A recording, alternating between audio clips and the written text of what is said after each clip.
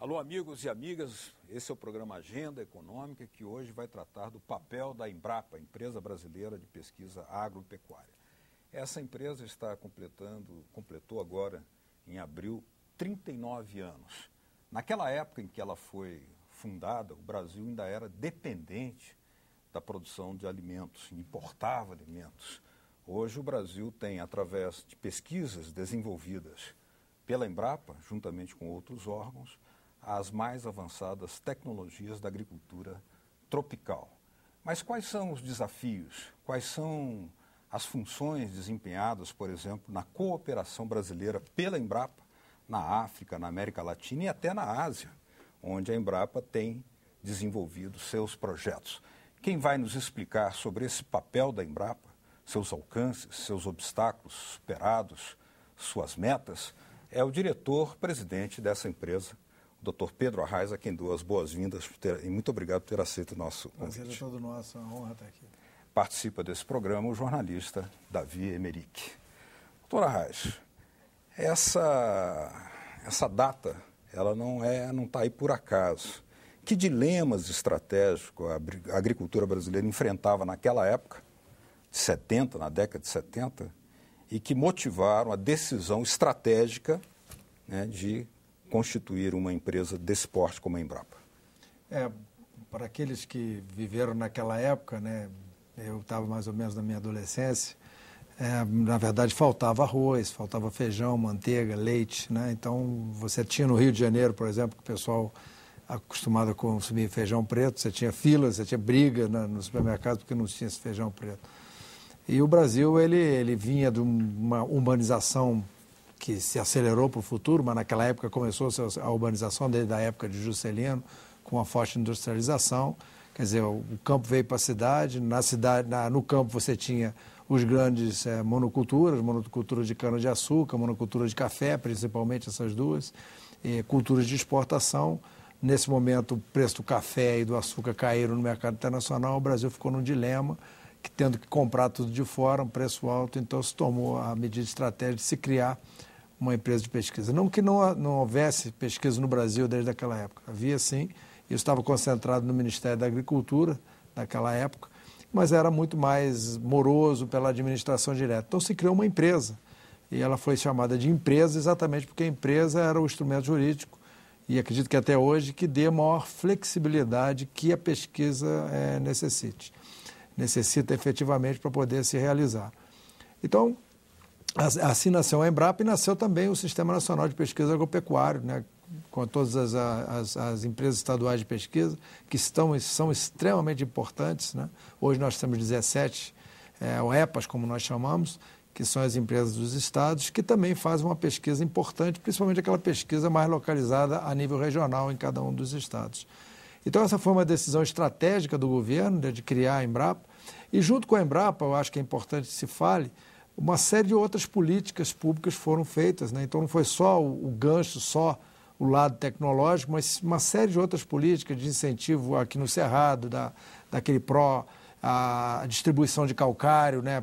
Uma série de outras coisas, o Pró-Cerrado, o Proin, que é o Pronim, que era o de irrigação. Então, vários programas públicos associados ao braço tecnológico que causou esse efeito estupendo que nós temos hoje em termos de desenvolvimento da nossa agricultura. Doutor Pedro, a Embrapa hoje é uma espécie de ponta da pesquisa, um cartão de referência da pesquisa brasileira, e também um cartão de referência do Brasil na relação com o mundo nessa área de agricultura. Só que ela nasce em pleno regime militar. Qual foi esse cenário? Houve resistência, por exemplo, da iniciativa privada? Não houve?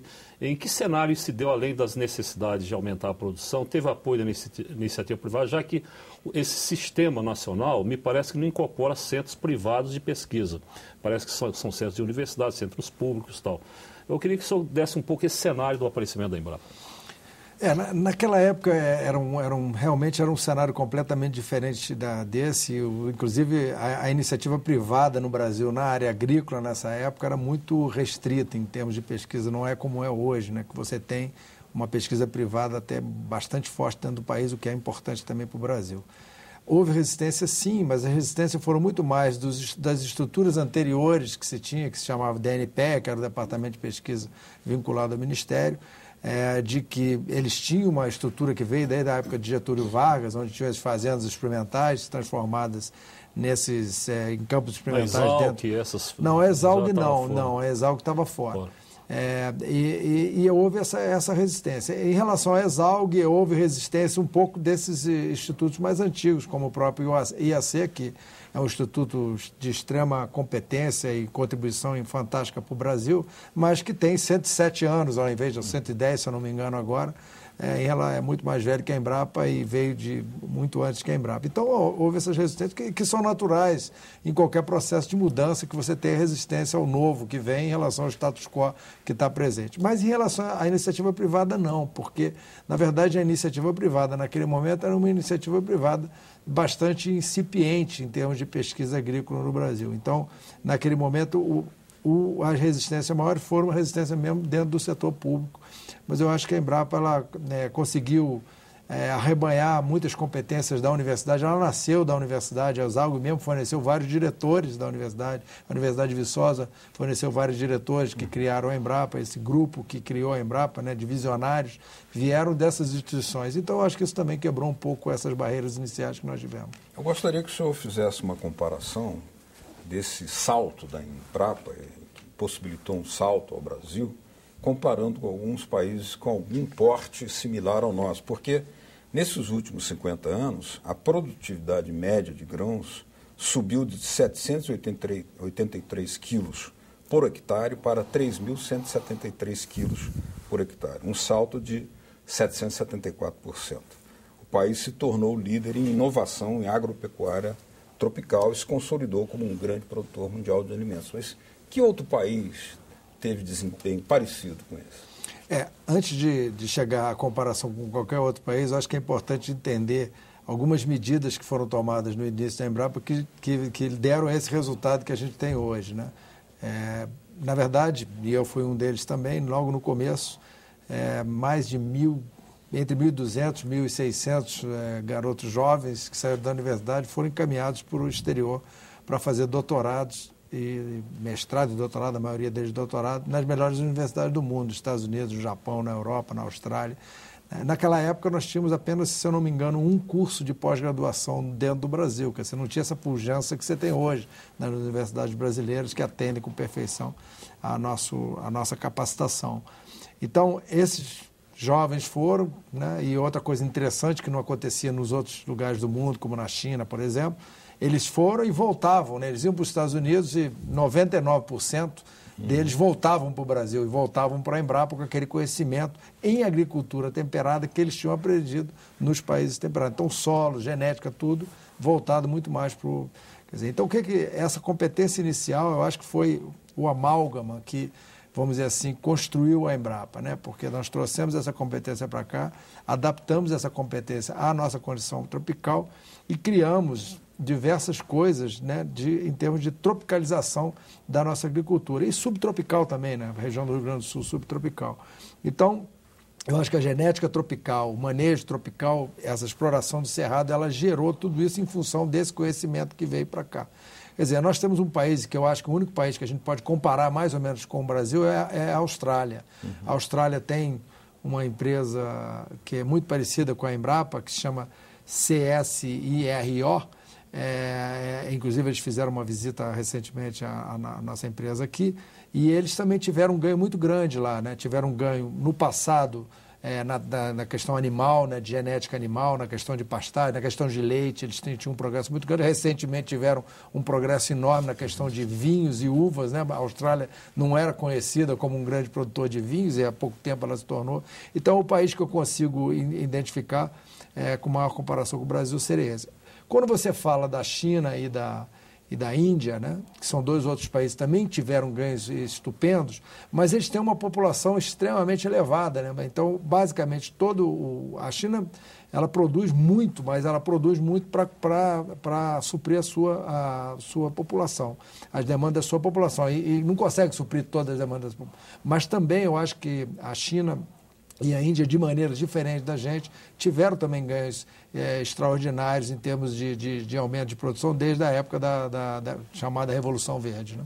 Essa empresa da Austrália é anterior à Embrapa ou é posterior à Ela Embrapa? é anterior à Embrapa. Você viu de modelo para nós, não?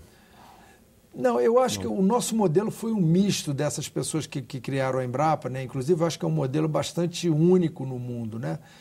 Nós temos centros, nós somos uma empresa centralizada por um lado e descentralizada por outro. Nós temos centros, nós fomos criados com 17 centros de pesquisa, hoje nós temos 47. Continua sendo a mesma lógica que foi desde a época da criação da Embrapa. Nós temos centros, vamos dizer, centros de biomas, vamos dizer assim, ou centro ecorregionais, que a gente chama, por exemplo, centro de cerrado, centro do semiárido, clima temperado lá no Rio Grande do Sul, das terras baixas, os centros agroflorestais da Amazônia, que lidam com o bioma ao qual ele está presente. Nós temos os centros que a gente chama de centro de produtos, como o centro de arroz e feijão, o centro de gado de corte, gado de leite ou o centro de soja, que lidam com esse produto. Quer dizer, então, agregou-se a competência nesses produtos e nesses biomas, em cada um desses centros, agregando, por exemplo, em soja, né? Você tem quase 60 pesquisadores que estão dedicados à soja quase que exclusivamente.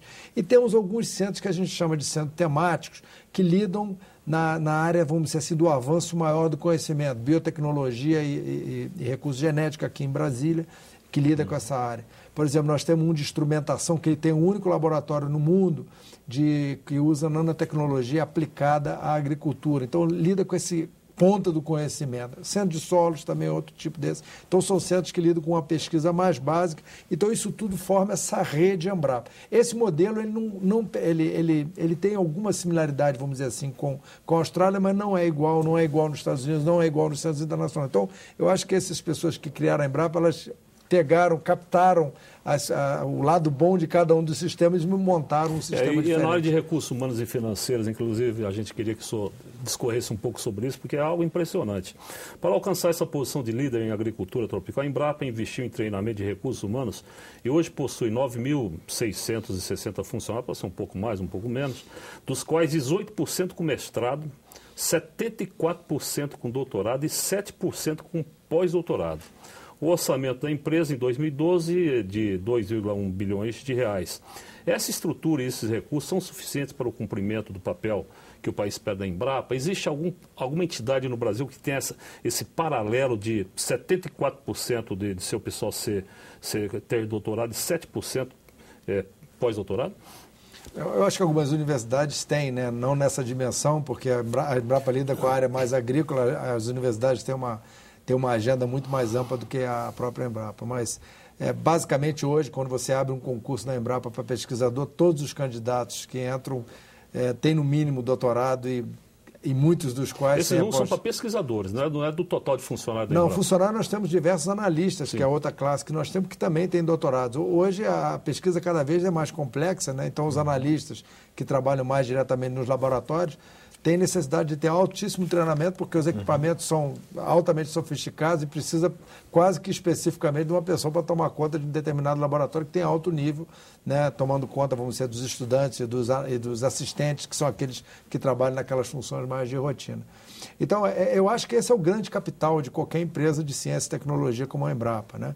Então, é o capital humano, né? Não são os prédios, não são os equipamentos. Eu acho que esse capital...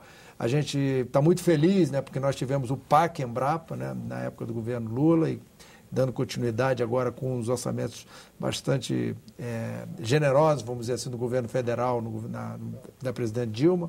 Então, nós temos hoje um orçamento comparável com qualquer empresa. Hoje, a empresa americana, que se chama ARS nos Estados Unidos, que é o similar da Embrapa, que talvez é que tenha a maior semelhança com a Embrapa, ela tem um orçamento menor um pouco, inclusive, que a própria Embrapa.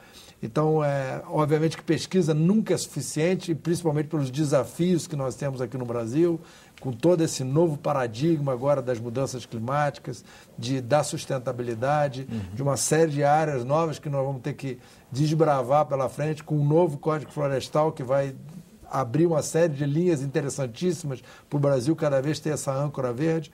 Então, nunca posso dizer que é suficiente, mas é um orçamento que hoje está dando para levar uma carteira de projetos de em torno de 1.200 projetos de pesquisa, né? Uma rede de pesquisa fantástica que nós temos. Nós temos uma arrecadação secundária enorme também para cada projeto de pesquisa desses maiores. Nós praticamente 50% do recurso nós captamos de outras agências, de outros ministérios e da iniciativa privada. Então, não vou dizer que eu estou satisfeito, mas eu acho que a gente tem um orçamento que dá para atender às demandas que o Brasil precisa no futuro. Nós precisamos ter continuidade, né? Porque o orçamento é importante que cada ano ele seja pautado e aumentado um pouquinho, porque a pesquisa não pode ter descontinuidade. Nós vamos falar depois do Código Florestal, mas antes disso, eu gostaria que o senhor explicasse como é que é esse funcionamento da Embrapa, que coordena o Sistema Nacional de Pesquisa Agropecuária, ou seja, ela não está sozinha, ela trabalha com diversas instituições públicas, federais, estaduais, universidades privadas e fundações. Agora, isso aí implica também responder como é que foi a criatividade para, o senhor usou uma expressão aí, tropicalizar, né? Aquela garotada que foi estudar lá fora, estudou em países de clima temperado, agricultura temperada, mas a tropicalização foi com esse sistema aqui também? Exatamente, esse sistema contribui muito, né? Infelizmente, depois da Constituição de 1888, não é isso? O que aconteceu? Não foi permitido mais para a Embrapa repassar diretamente recursos para as empresas estaduais, né? A Embrapa repassava e a gente tinha uma carteira de projetos conjunta com compartilhamento de recursos. Depois da Constituição, isso essa transferência direta não é que ficou impossível, mas ficou praticamente impossível dessa transferência. Então, houve um problema muito sério. Obviamente que as empresas estaduais têm uma influência, às vezes, política mais direta, não benéfica, né, dos governos estaduais. Nem todas elas estão com um fôlego, com uma dimensão que eu acho que a gente teria que ter.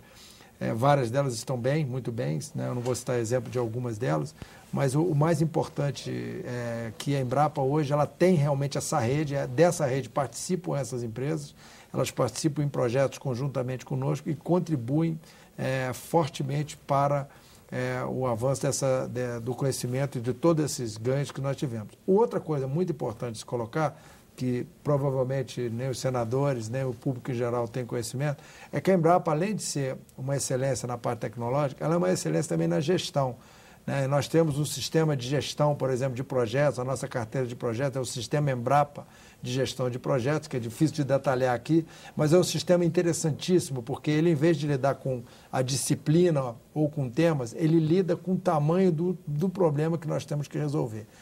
E essa é outra pergunta que você me fez, que eu vou lhe responder agora, que a Embrapa é uma empresa de ciência e tecnologia, ela tem que estar publicando papers nas melhores revistas do mundo, sem dúvida nenhuma, mas mais do que isso, ela tem que resolver os problemas da nossa agricultura.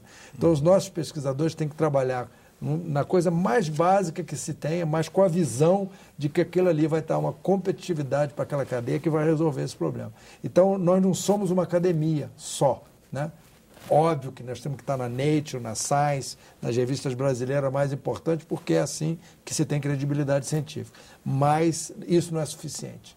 O que a gente tem que fazer é resolver os problemas e quebrar paradigmas para aumentar a nossa competitividade. No próximo bloco, a Agenda Econômica vai discutir as mudanças de tecnologia e também os ganhos de produtividade alcançados pela Embrapa. Continue com a gente.